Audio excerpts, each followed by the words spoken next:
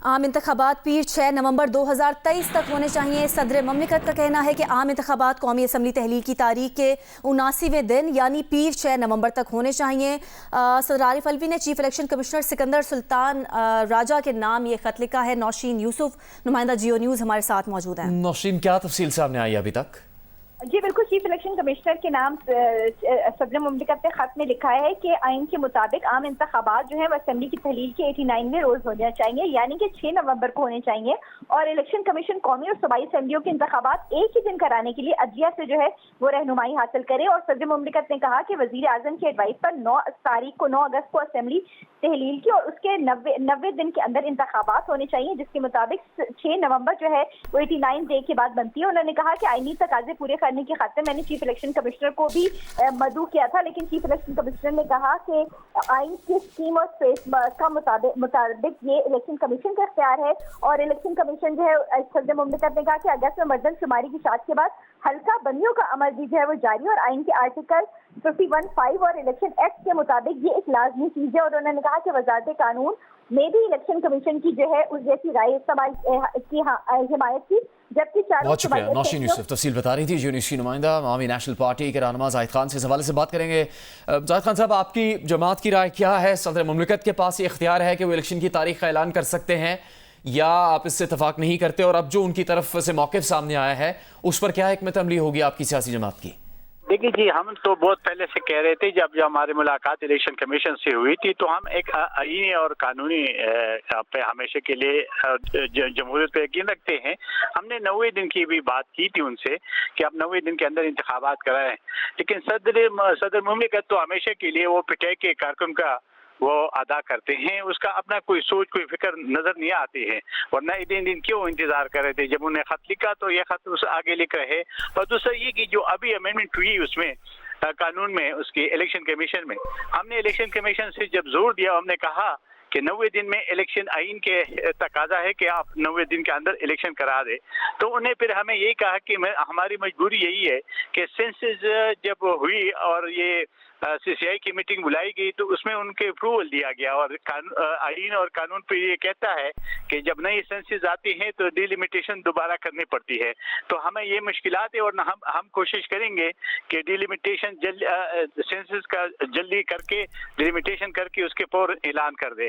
तो लेकिन मुझे नहीं पता कि सदर मुमलिकत जब से आए हुए बैठे हुए, तो ये हमेशा के लिए इसका किरदार अगर आप देखें तो एक पॉलिटिकल वर्कर का है, उसका हिस्सा नहीं लग रहा है कि वो सदर है। तो हम उसकी इस इकदाम को एक ऐसी नजर से देखते हैं कि इसमें इनका सियासी मकासद है, और ये समझते हैं कि इस वक्त जो सूरत हाल है वो और गंभीर होता जाएगा। इससे बेहतर है कि ये साथ लिखते भी है कि ये आप सुप्रीम कोर्ट से रहनुमाई, सुप्रीम कोर्ट से वो खुद रहनुमाई हासिल कर सकते हैं।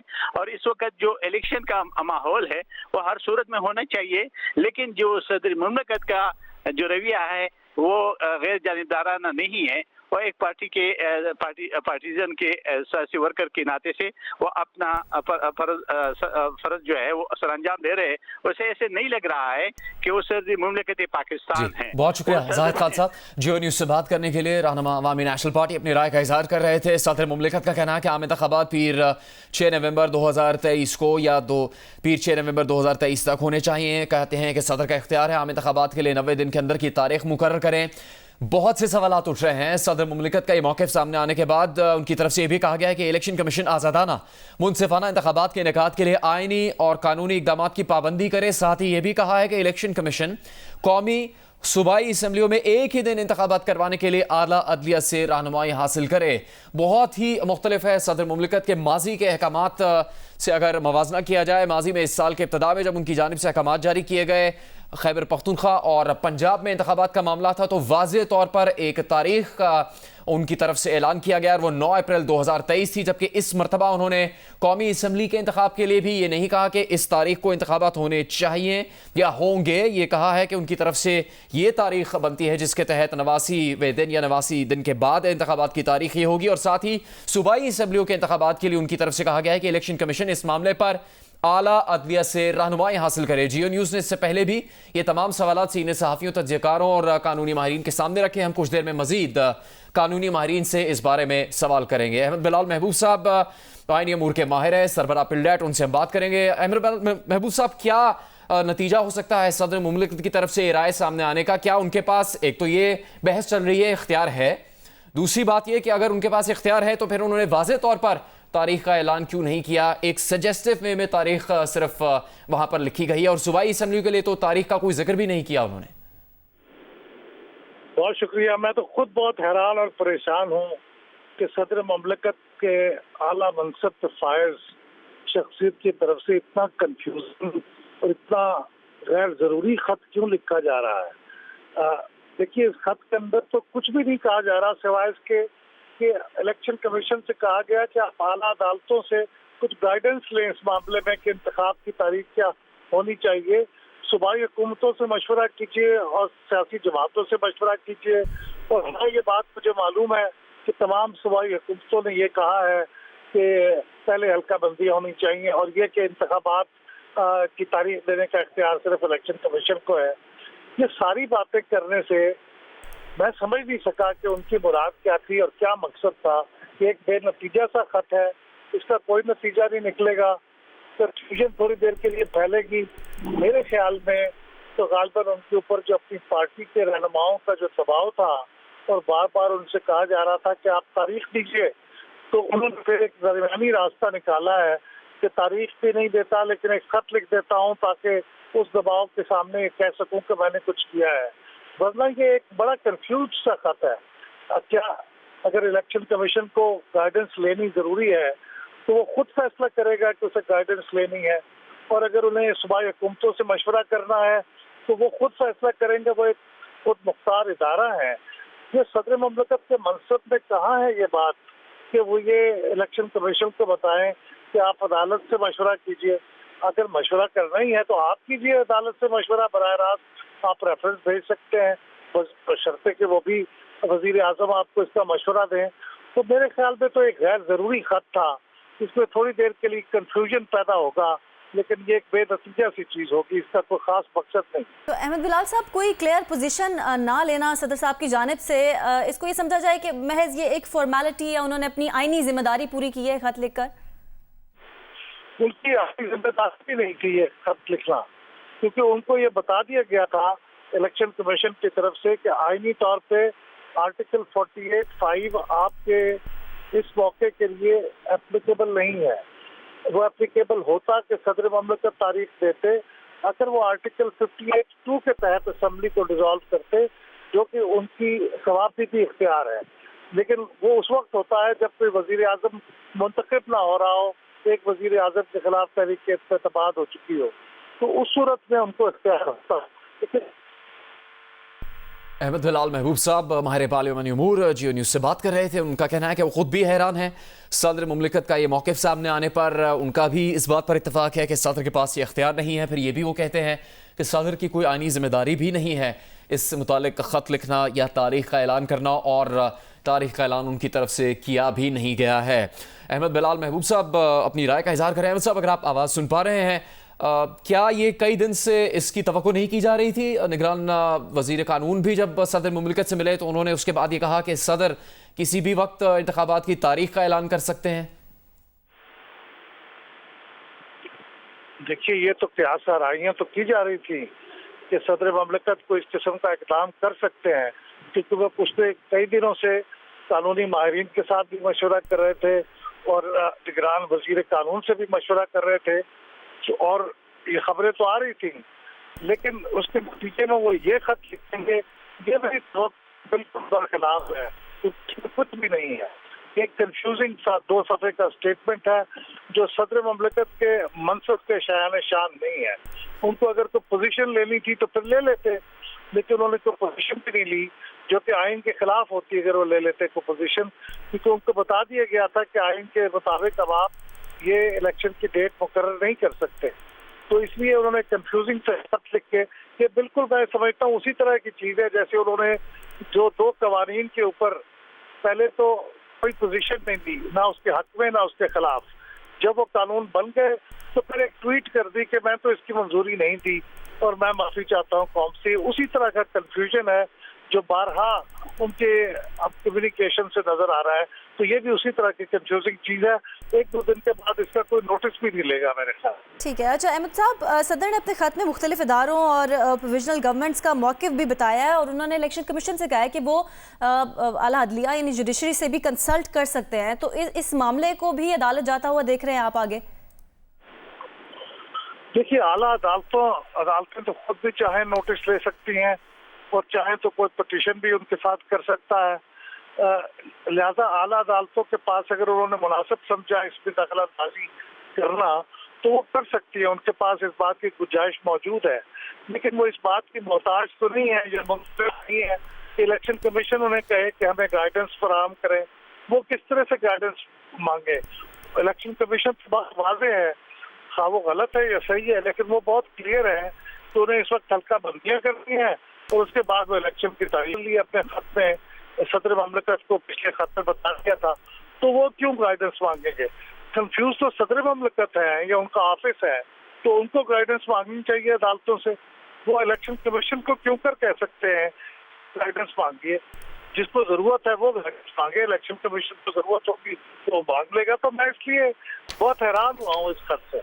अहमद बिलाल साहब, आपने जो इब्तदा में राय का इजहार किया, किसी हद तक सदर मुमलिकत के इस मौक़िफ़ में भी जहाँ वो ये लिखते हैं कि चारों सूबाई हुकूमतों का ख्याल है कि इंतखाबात की तारीख का ऐलान इलेक्शन कमीशन का मैंडेट है, तो उसके बावजूद भी वो उस पर भी उन्होंने राय का इजहार किया और फिर इलेक्शन कमीशन को भी एक तरह से एक हिदायत की है कि वो आला अदलिया से रहनुमाई हासिल करे। इसका मतलब है कि इसका कोई भी मकसद उन्हें भी मालूम है कि हासिल नहीं हो सकता था ये ख़त लिखने से पहले और ये मौक़िफ़ सामने लाने से पहले? ये कंफ्यूज स्टेट ऑफ माइंड की अक्कासी करता है। देखिए, उन्होंने एक से जायद मरतबा इस खत में यह भी जिक्र किया है कि एक ही वक्त में सूबाई असम्बलियों और कौमी असम्बली का इलेक्शन होना चाहिए या होना है। ये एक सख्त इशू ही नहीं है। इस इशू को डिस्कस करने का इस खत में क्या मकसद है? बेमकसद सी बात है। तो आखिरी पैराग्राफ में भी यही कह रहे हैं कि गाइडेंस लें इस बारे में कि तमाम असम्बलियों के इंतखाबात एक ही वक्त में हो जाए। ये तो इस वक्त इशू नहीं है, ये एक जमाने में इशू था जब 2 असम्बलियों के इलेक्शन की बात हो रही थी। तो इसलिए ये भी कोई मतलब नहीं है। मेरे ख्याल में मतलब यही है जो मैंने अर्ज कर दिया कि वो अपनी सियासी पार्टी के दबाव में थे और उन्हें कुछ करना था बहुत जरूरी, तो उन्होंने वो कर दिया। बहुत शुक्रिया अहमद बिलाल महबूब साहब जियो न्यूज़ से बात करने के लिए। अपनी राय का इजहार कर रहे थे। उनका कहना है कि कोई वाज़ेह मकसद नज़र नहीं आ रहा और ना ही कोई वाज़ेह हुक्म नज़र आ रहा है सदर मुमलिकत के इस खत और बयान में। चूँकि उनके पास अख्तियार नहीं है, उनकी आइनी जिम्मेदारी भी नहीं थी और फिर इलेक्शन कमीशन को अगर आला अदलिया से रहनुमाई हासिल करनी है तो इसका फ़ैसला वो ख़ुद कर सकता है। इसके लिए उसको सदर की तरफ से हिदायत या सदर की राय हासिल करने की ज़रूरत नहीं है। आमिर बिलाल महबूब का ये भी कहना था कि ये मुमकिन है कि सदर मुमलिकत की तरफ से उनकी सियासी जमात का दबाव हो सकता है जिसकी वजह से उन्होंने ये ख़त लिखा या उसमें एक तारीख़ का जिक्र किया गया है। कहीं भी ये वाज़ेह तौर पर नहीं लिखा गया कि इस तारीख़ को कौमी असम्बली के इंतखाबात होने हैं। और ये बात इसके अलावा वाज़ेह हो चुकी है कि सूबाई असम्बलियों के इंतखाबात की तारीख़ के हवाले से तो उन्होंने किसी तजवीज़ का भी जिक्र नहीं किया। उसकी जगह ये कहा है कि इलेक्शन कमीशन कौमी और सूबाई असम्बलियों के एक ही दिन पर इंतखाबात करवाने के लिए आला अदलिया से रहनुमाई हासिल करे। इलेक्शन कमीशन आज़ादाना मुनसिफाना इंतखाबात के इनेकाद के लिए आइनी कानूनी इक़दाम की पाबंदी करे। सदर मुमलिकत, जैसे कि कुछ देर पहले नीलम ने भी इसकी निशानदेही की कि उन्होंने दूसरे इदारों की राय का भी जिक्र किया और फिर चारों सूबाई हुकूमतों के मुताल्लिक भी लिखा है कि चारों सूबाई हुकूमतों का ये ख्याल है कि इंतखाबात की तारीख का ऐलान इलेक्शन कमीशन का मैंडेट है। कई आइन के आर्टिकल्स का उन्होंने जिक्र किया है और उसके हवाले से इस बात की बुनियाद डाली है कि असम्बली तहलील की तारीख से 90 दिन के अंदर की तारीख मुकर्रर की जानी चाहिए। और फिर इसी बुनियाद पर उन्होंने कहा कि कौमी असम्बली की तारीख के 89वें दिन, तहलील की तारीख के 89वें दिन यानी पीर 6 नवंबर 2023 को इंतखाबात होने चाहिए। सदर मुमलिकत ने अपने खत में यह भी लिखा है कि आइनी जिम्मेदारी पूरी करने की खातिर चीफ इलेक्शन कमिश्नर को मुलाकात के लिए मदऊ किया गया। चीफ इलेक्शन कमिश्नर को मदऊ किया ताकि आइन और उसके हुक्म को लागू करने का तरीका वज़ा किया जा सके। चीफ इलेक्शन कमिश्नर ने जवाब में बरक्स मौक़िफ़ इख्तियार किया कि ये इलेक्शन कमीशन का इख्तियार है। सदर मुमलिकत ने यह भी लिखा है अपने खत में कि विफाक को मजबूत बनाने के लिए कौमी असम्बली सूबाई असम्बलियों के आम इंतखाबात एक ही दिन कराए जाने पर इत्तफाक है। इलेक्शन कमीशन आज़ादाना मुनसिफाना इंतखाबात के इनेकाद के लिए आईनी कानूनी इकदामात की पाबंदी करे। इलेक्शन कमीशन कौमी सूबाई असम्बलियों में एक ही दिन इंतखाबात कराने के लिए आला अदलिया से रहनुमाई हासिल करे। सदर ने अपने खत में लिखा है कि अगस्त में मरदमशुमारी के इशाअत के बाद हल्का बंदियों का अमल भी जारी है और आइन के आर्टिकल 51(5) और इलेक्शन एक्ट के सेक्शन 17 के तहत ये लाजमी शर्त है। वफाकी वजारत कानून और इंसाफ भी इलेक्शन कमीशन ऑफ पाकिस्तान जैसी राय की हामिल और चारों सूबाई हुकूमतों का ये ख्याल है कि इंतखाबात की तारीख का ऐलान इलेक्शन कमीशन का मैंडेट है। आइन के आर्टिकल 48(5) के तहत सदर का इख्तियार है कि असम्बली तहलील की तारीख से 90 दिन के अंदर की तारीख मुकर्रर कराए। बात करेंगे डॉक्टर फारूक सत्तार से, MKM के रहनुमा। डॉक्टर फारूक सत्तार, सदर मुमलिकत के इस बयान और इलेक्शन की तारीख के हवाले से जो मौक़िफ़ सामने आया है उस पर आपकी क्या राय है? क्या उनके पास ये इख्तियार है और जो मालूमात उनके इस बयान के नतीजे में सामने आई है उससे इत्तफाक करते हैं आप? देखिए, ये ताल्लुक जो सदर मुमलिकत का इलेक्शन कमीशन के साथ है या इलेक्शन कमीशन का सदर मुमलिकत के साथ, मैं समझता हूँ बहुत वाज़ेह तौर पर 2017 का जो तरमीम हुई है उस कानून में, उसके तहत ये कुल्ली इख्तियार इलेक्शन कमीशन ऑफ पाकिस्तान का है। अच्छा, अगर अब सास बहू को लड़ना ही है और कोई इशू निकालना ही है तो लड़े दोनों, आपस में फिर अदालतों में भी जाएं। सदर मुमलिकत ने अब तक जो अपना स्टेचर रखा है ना, तमाम जो तनाज़े थे सियासी आईनी, उसमें उन्होंने खासी हद तक अपने आप को खैर जानेदार रखा था जो उनके स्टेचर और मनसब को सूट करता था। लेकिन फिर आखिर में आके उन्होंने किसी एक कानून की मंजूरी पर एक तो खप डाल दी और अब उसके बाद ये दूसरी खप डालने, जो उन्हें ऐसा नहीं करना चाहिए। बिला वजह अपनी जो है वो उस अहमियत को उजागर करना और अपनी तरफ लोगों की तवज्जो, बिल्कुल क्लियर है ये उनका काम है इलेक्शन कमीशन ऑफ पाकिस्तान का। और इलेक्शन कमीशन ऑफ पाकिस्तान ने तमाम सियासी जमातों, स्टेक होल्डर्स को बुलाकर उनसे पूछा और उन्होंने जो राय दी उसकी रोशनी में election commission of Pakistan convince है कि ये नई हल्काबंदियां हुई इसलिए है कि नई इलेक्शन ये नई मरदमशुमारी हुई इसलिए कि नए इलेक्शन नई हल्काबंदियों पर होंगे। जब ये चीजें जो है वो जिसे कहते हैं क्लोज एंड फाइनल ट्रांजैक्शन है, तो फिर इस पेंडोरा बॉक्स को क्यों खोल रहे हैं और लोगों को कंफ्यूज क्यों कर रहे हैं? नहीं करना चाहिए। उनके मनसब को, उनके स्टेचर को ये चीज जेब नहीं देती। मैं उनसे कहूंगा कि वो एक प्रोफेशनल डेंटिस्ट हैं, डॉक्टर हैं, पढ़े लिखे हैं, वो ये चीजों में ना जाएं जो एक रिवायती हमारी सियासत में बिला वजह की जानिबदारी का एक तासुर है, ना करें वो। डॉक्टर फारूक साहब, अगर सदर साहब के खत को हम एक तरफ भी रखें तो आगे जो हल्का बंदियों का मामला है वो भी नवंबर एंड तक मुकम्मल होना है। सियासी जमातों में भी बड़ी कन्फ्यूजन पाई जाती है, तो आपकी जमात के पास क्या तजावीज़ है कि इस कन्फ्यूजन को भी ज़रा ख़त्म किया जा सके? हमारी तो वाज़ेह तजावीज़ है ना, जो लोगों को आसानी से समझ। देखें, आइन में जो नशिस्तें दी गई हैं मुख्तलिफ सूबों को, वो उसमें कोई रद्दोबदल नहीं होगा। एक सूबे की जितनी सीटें उतनी रहनी, चाहे मरदमशुमारी और का तकाजा यह है कि हल्का बंदियां हो, लेकिन अब वो कौमी असेंबली है नहीं, तो आइन में जो है ना वो तरमीम अब नहीं हो सकती।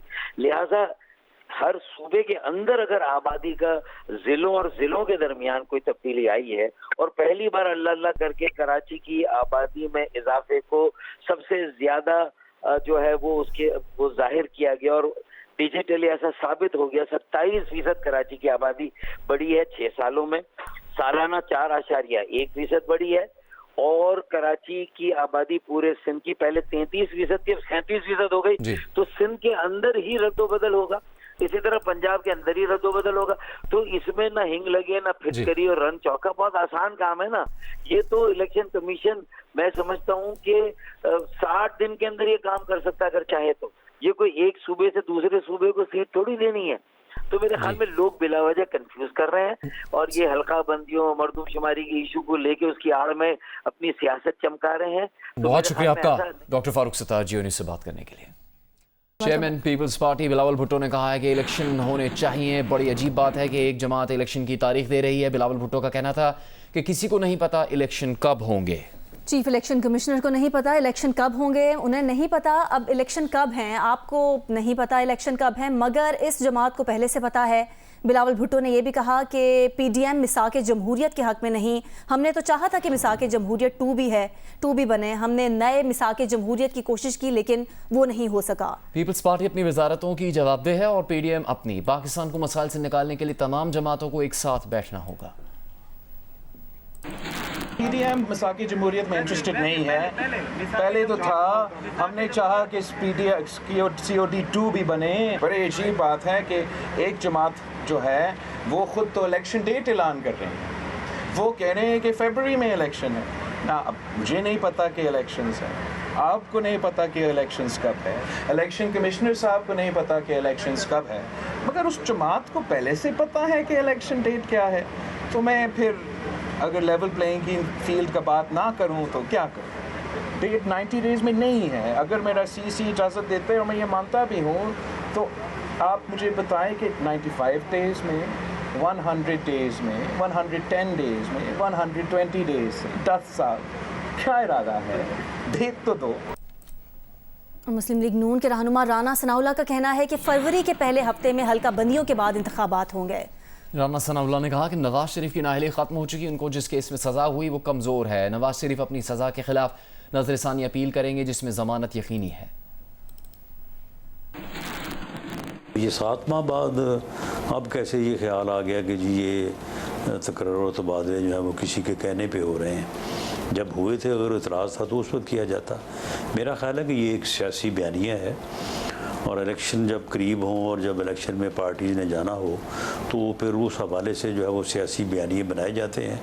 पीपल्स पार्टी को मेरा ख्याल है कि इस किस्म का बयानिया जैसे वो समझते हैं वो सूट करता है, तो इसलिए वो अपनी सियासी जो है वो बयानिए के तौर पे जो है वो चीज़ों को अपनाएंगे, लेकिन इनमें कोई हकीकत नहीं है। सेंसस होने के बाद जब वो पब्लिश हो गया है तो अब आइन का तकाजा है, डीलिमिटेशन होनी है और वो हो रही है, बल्कि उसमें काफ़ी पेशरफ्त हो चुकी है। तो इसलिए अब तो इलेक्शन कमीशन भी डेट अनाउंस नहीं कर सकता इस प्रोसेस के शुरू होने के बाद, और ना ही प्रेसिडेंट साहब कर सकते हैं। प्रेसिडेंट साहब ने जिस कानून को अपने दस्तखतों से जो है वो एक्ट बनाया है उसके तहत ये इख्तियार जो है वो इलेक्शन कमीशन का है, और सदर साहब के पास अगर इख्तियार था तो जिस दिन असम्बलियाँ डिज़ोल्व की हैं उस दिन वो कर देते। उस दिन असम्बलियों के डिज़ोल्व करने के ऑर्डर के साथ ही तारीख का ऐलान भी कर देते। निगरान वज़ीर आज़म अनवारुल हक काकड़ ने कहा है कि किसी को माशरे को यरगमाल बनाने की इजाज़त नहीं देंगे। पाकिस्तान के अंदर किसी और मुल्क की एजेंसी नहीं, सिर्फ मुल्की इदारों का असर होगा। किसी और से कोई उम्मीद या खुशफहमी है तो वो दूर कर ले। दौरे गिलगित में गुफ्तगू करते हुए निगरान वज़ीर आज़म अनवारुल हक काकड़ का कहना था कि गिलगित बल्तिस्तान के मसाइल आईनी तरीके से हल किए जाएंगे। हमारे यहाँ यही फैसले हुए कि जो कवानीन है उनका निफाज होगा, और कानून चाहे कोई भी हो, चंद लोग होंगे या 20 होंगे या मैक्सिमम मेरे ख्याल में सैकड़ों होंगे, अगर वो ये समझते हैं कि वो किसी एक एजेंडे पर बाकी मांदा माशरे को हॉस्टेज बना लेंगे तो इसकी इजाज़त हम किसी को भी नहीं देंगे। पाकिस्तान के अंदर जो पाकिस्तान के इंटेलिजेंस आउटफिट्स हैं उसी का असर होगा, उसी के ज़ेरे असर हम चीज़ों को एनालाइज भी करेंगे, देखेंगे भी, और अगर किसी ने माशरे में जुड़ना है तो वो वही इदारे हैं जो आपके कौमी इदारे हैं। इसके अलावा न किसी इदारे की गुंजाइश है, न किसी मुल्क की गुंजाइश है। 1 नेशन 1 लॉ 1 स्लोगन, और वो है पाकिस्तान। जिस किसी को किसी और हवाले से किसी से कोई उम्मीद है या खुशफहमी है या गलतफहमी है वो दूर कर ले तो ज़्यादा बेहतर होगा। अफगान ट्रांजिट ट्रेड को पाकिस्तान की मईशत को पहुंचने वाले नुकसान की एक अहम वजह करार दिया गया है। रिपोर्ट के मुताबिक अफगानिस्तान ट्रांजिट ट्रेड पाकिस्तान में ब्लैक मार्केट के क़याम की बुनियादी वजह है। अफगान हुकाम और कारोबारी अफराद अशिया की दरामद में पाकिस्तान कस्टम से गलत बयानी करते हैं। ट्रांजिट ट्रेड के तहत ऐसी अशिया दरामद की जाती हैं जो अफगानिस्तान में इस्तेमाल ही नहीं होती। अफगान ट्रांजिट ट्रेड के तहत दरामद होने वाली अशिया पाकिस्तान में ही फ़रोख्त कर दी जाती हैं। रिपोर्ट में मज़ीद कहा गया है कि ट्रांजिट ट्रेड के तहत अशिया अगर अफगानिस्तान जाएँ भी तो स्मगल होकर वापस पाकिस्तान आ जाती हैं। ट्रांजिट ट्रेड के तहत अफगानिस्तान की दरामदात में 67% इजाफा हुआ। अफगान ट्रांजिट ट्रेड से पाकिस्तान की स्मॉल और मीडियम स्केल इंडस्ट्री बुरी तरह मुतासिर हो रही है। अफगान ट्रांजिट ट्रेड के पाकिस्तानी मईशत पर मनफी असरात पड़ते हैं। अफगान ट्रांजिट ट्रेड को दुनिया में राइज इंटरनेशनल कवानीन के मुताबिक तरतीब दिया जाए।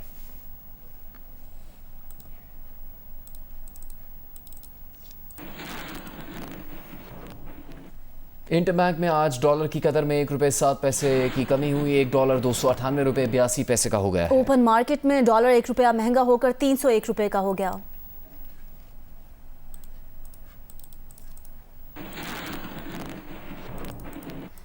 Chairman Pakistan forex exchange association Malik Bostan ने कहा है कि मुल्की करेंसी तब्दील कराने वालों को तहफ़्फ़ुज़ दिया जाए, तंग ना किया जाए। करेंसी तब्दील करने वालों को तंग ना करें, कहीं वो दोबारा ब्लैक मार्केट ना चले जाएं। एक बयान में मलिक बोस्तान का कहना है कि उन्होंने DGFI और आला हुकाम को तजवीज़ दी है कि एक पोर्टल बनाया जाए कि जो लोग अपने घरों पर पड़े हुए पैसे बेचने आ रहे हैं या बैंक में जमा करवाने आ रहे हैं, रास्ते में कोई भी एजेंसी उनको ना रोके।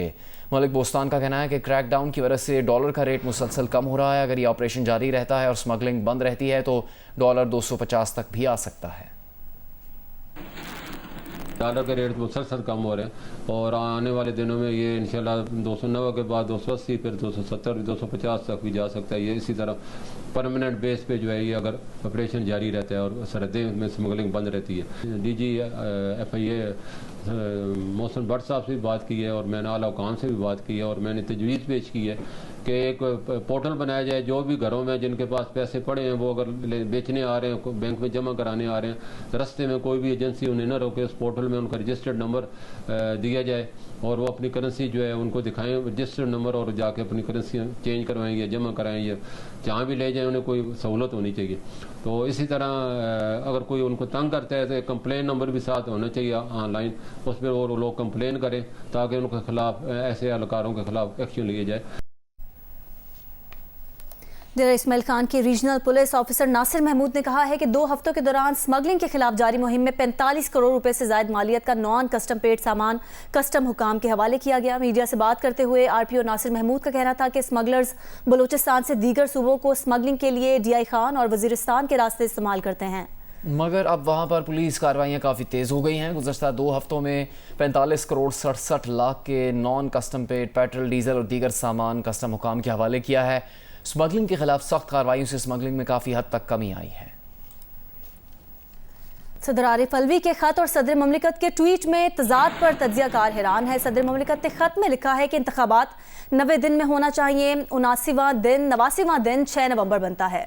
सदर पाकिस्तान के अकाउंट से ट्वीट किया गया कि इंतखाबात 6 नवंबर को होने चाहिए। सदर पाकिस्तान के ट्विटर हैंडल के ट्वीट से तासुर ये दिया गया कि सदर ने इंतखाबात की तारीख दे दी है। खत में सदर ने इंतखाबात की तारीख देने का मामला इलेक्शन कमीशन को आला अदलिया ले जाने का मशवरा दिया।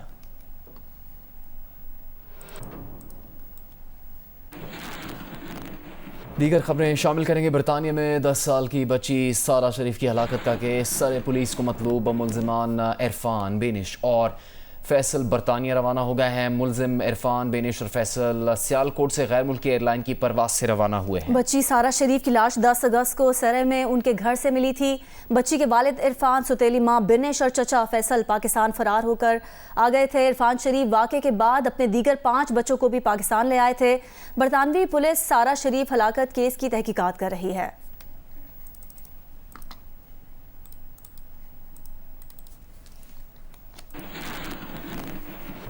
एशिया कप में पाकिस्तान टीम अपना अगला मैच श्रीलंका के खिलाफ कल खेलेगी। पाकिस्तान टीम इस वक्त कोलंबो में ट्रेनिंग कर रही है। तफसील के लिए हम बात करेंगे कोलंबो में मौजूद नुमाइंदा जियोनीज सुहेल इमरान से। सुहेल, ये बताइएगा कि श्रीलंका के खिलाफ मैच में हारिस रऊफ, नसीम शाह, सलमान अली आगा दस्तयाब होंगे क्या? जिस वक्त दोनों पाकिस्तान टीम जो है वो प्रैक्टिस कर रही है, नेट सेशन पर बॉलिंग और बैटिंग की मशकें जारी हैं। सलमान अली आगा जो हैं वो बदस्तूर उनके चेहरे पर स्वेलिंग है, उन्हें 4 टांके भी लगे हैं जो उन्हें गेंद लगी थी इंडिया के खिलाफ मैच में बैटिंग करते हुए। इसी तरह नसीम शाह बाहर हो चुके हैं एशिया कप से, उन्हें कंधे की इंजरी थी और उसमें तकलीफ महसूस कर रहे थे। उनकी जगह पर जमान खान को स्क्वाड में शामिल कर लिया गया है जो आज सुबह ही कोलंबो पहुंचे थे और इस वक्त पाकिस्तान के दीगर खिलाड़ियों के साथ भरपूर ट्रेनिंग कर रहे हैं। हारिस रऊफ टीम के हमरा यहाँ पर आर प्रेमदासा स्टेडियम पहुंचे जरूर हैं, लेकिन वो इस वक्त ट्रेनिंग में हिस्सा नहीं ले रहे और उनका भी कोई इम्कान नहीं है वो खेलेंगे। अभी वो प्रिकॉशनरी मेजरमेंट के तौर पर उनको खिलाने का रिस्क नहीं लिया जाएगा। सौशकील सलमान अली आगा की जगह पर टीम की जो प्लेइंग 11 है उसमें जगह बनाएंगे और आज सौशकील ने भरपूर यहाँ पर बैटिंग प्रैक्टिस भी की है। ठीक है सुहेल, कल मौसम के लिए क्या फोरकास्ट है? जी, मौसम आज भी यहाँ पर सारा दिन बादल छाए रहे, उस तरह बारिश नहीं हुई जिस तरह बारिश पिछले कुछ रोज से यहाँ पर हो रही थी, हल्की बूंदाबांदी रही है। कल भी प्रिडिक्शन बारिश की यही है, 60 से 80% के दरमियान बारिश हो सकती है मुख्तलिफ औकात में। लेकिन जिस तरह की पहले प्रिडिक्शन आ रही थी कि बहुत ज्यादा बारिश होती थी, बहुत ज्यादा लंबे स्पेल होते थे, उस तरह का अब पिछले 2-3 दिन से नहीं है। इसका मतलब यही जो हमारी बात भी हुई है, जो हम पढ़ भी रहे हैं, बहुत शुक्रिया सुहेल। कि वो जो